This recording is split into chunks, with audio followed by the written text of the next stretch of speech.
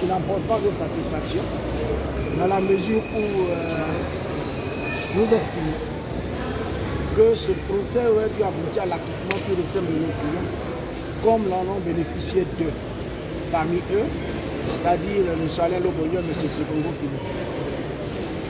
Parce que nous ne comprenons pas comment ces deux personnes, pour qui d'ailleurs nous avons plaidé la relaxe en première instance, ont été condamnées parce qu'on leur reprochait d'avoir commis exactement les mêmes faits, se retrouvent aujourd'hui acquittés contrairement aux autres.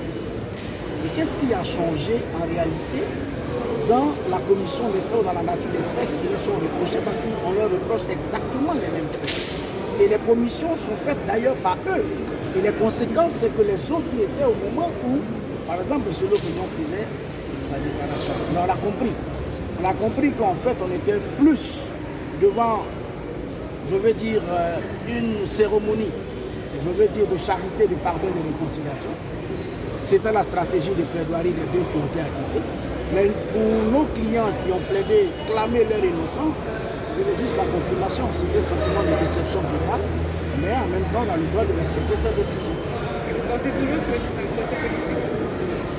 Nous l'avons dit, et cela a été confirmé par l'avocat de l'État de Côte d'Ivoire lui-même, qui a dit qu'il ne peut en être autrement, parce que Soro Guillaume vise à prendre le pouvoir.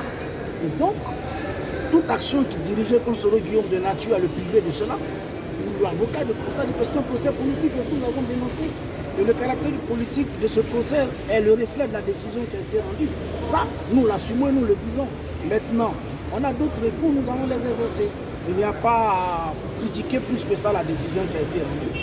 Nous allons tirer les failles de cette décision-là et nous allons nous pouvoir. Mais ce qu'il faut retenir, c'est que aujourd'hui, c'est vraiment l'image de notre justice, encore et encore. Nous le disons, il faille quand même que de temps en temps, la politique sorte de notre prétoire et laisse triompher le droit. Je pense que cela ira mieux pour la Côte d'Ivoire. On n'applique pas de loi, on rend une décision pour faire plaisir. Il y a un objectif à atteindre et donc la décision est prononcée en fonction de l'objectif.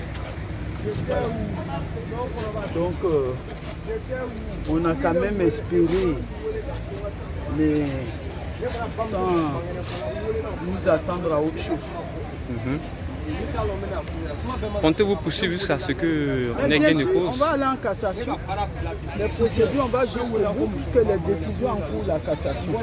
Il y a eu violation de la loi, les décisions en cours de la cassation. On va aller en cassation.